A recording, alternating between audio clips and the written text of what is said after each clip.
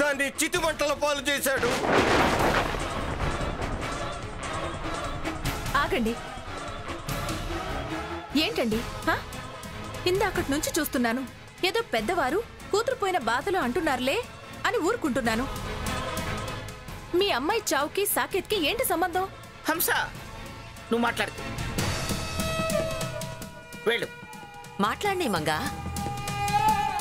అలా ఆయన కానిపోని నిందలు వేస్తుంటే మీరు మాట్లాడక తనని మాట్లాడనివ్వకపోతే ఎలా? ఏంటి కానిపోని నిందలా? ఆయన బాధ మీకు అర్థం కావడం లేదా? బాధ ఉండొచ్చు, కానీ సాకేత్ని బాధ్యుణ్ణి చేయడం ధర్మం కాదు. అసలు ఈవేళ చనిపోయింది అని సమర్థించి మాట్లాడుతున్న మీరే ఎన్నిసార్లు తనకి చీవాట్లు పెట్టలేదు? తప్పని చెంపలు పగలగొట్టలేదు? నా విషయంలో అసహ్యంగా ప్రవర్తించింది. తన అనుమానాలకి అందర్నీ బాధ్యుల్ని చేసి నిందలు వేసి నానా యాగి చేసింది. తను నాకు ఏం కాకపోయినా భరించాను.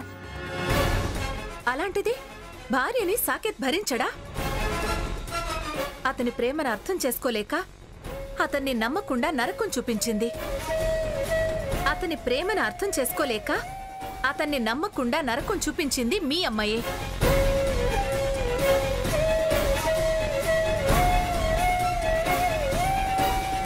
ఇప్పుడు అవన్నీ ఎందుకమ్మా? మీరాగండి తాతయ్య గారు. ఇది మా కుటుంబ విషయం. నువ్వు తలదూర్చొద్దు. సాకేత్ నాకు స్నేహితుడు. అతన్ని నా ముందు అనరాని మాటలు అంటుంటే వింటూ మౌనంగా ఊరుకోలేను. చూడండి, ఆవిడ చనిపోవడానికి కారణం తనే కాని మరొకరు కాదు. ఏంటి? అది చావడానికి కారణం అదేనా? కాదా మరి? పిచ్చి పిచ్చిగా మాట్లాడకమ్మా నువ్వు. పిచ్చి నాకు కదండి, మీ అమ్మాయికి.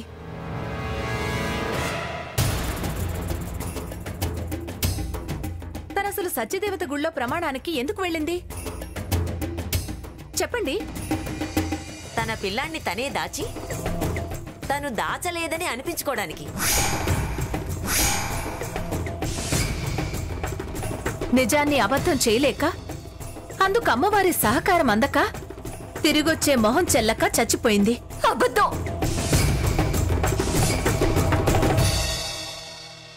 అబద్ధం! అదంతా పెరికిది కాదు. నీ చెల్లి చావే అందుకు సాక్ష్యం. లేకపోతే ఎందుకు చనిపోతుంది చెప్పు. దయచేసి ఆ విషయాన్ని రచ్చ చేయకండి ప్లీజ్.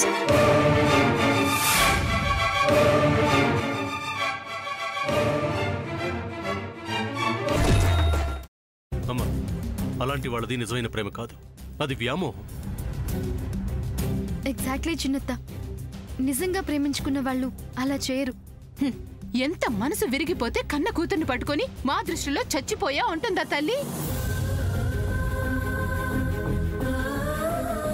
అది సరే అమ్మా, తన కూతురుతో తన మాట అనేటప్పుడు ఆమె మాటల్లో వ్యథ, కళ్ళల్లో బాధ గమనించావమ్మా? పెద్దబాబుకు బర్త్డే విషెస్ చెప్పు కూడా వెళ్ళాం కదా. ఊరికే ఎలా కాలిపోతుంది? మంట పెడితేనో పడితేనో తగలబడుతుంది.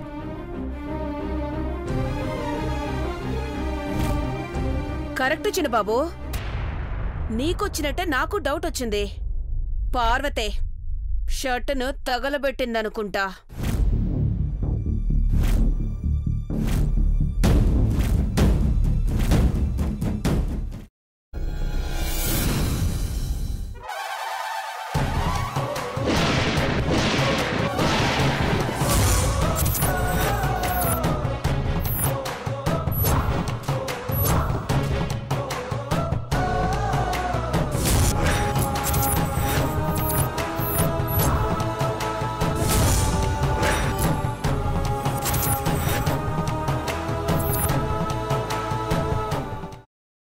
తర్వాత పొట్టు తీసేసి చాప్ చేసి పక్కన పెట్టుకోవాలి. ఒక ప్యాన్లో కొద్దిగా నూనె వేడి చేసి అందులో ఆవాలు, మినప్పప్పు, శనగపప్పు, కరివేపాకు, సన్నగా తరిగి పెట్టుకున్న ఉల్లిపాయలు వేసుకుని 1 నిమిషం పాటు వేయించుకోవాలి. ఆ తర్వాత కాల్చి కట్ చేసి పెట్టుకున్న వంకాయని కూడా అందులో వేసుకుని బాగా మిక్స్ చేసి బౌల్లోకి ట్రాన్స్ఫర్ చేసుకుని అందులో తగినంత చిక్కటి పెరుగు లేదా పల్చటి పెరుగు వేసుకుని మిక్స్ చేసి అన్నంతో కానివ్వండి, చపాతీతో కానివ్వండి సర్వ్ చేసినా చాలా బాగుంటుంది.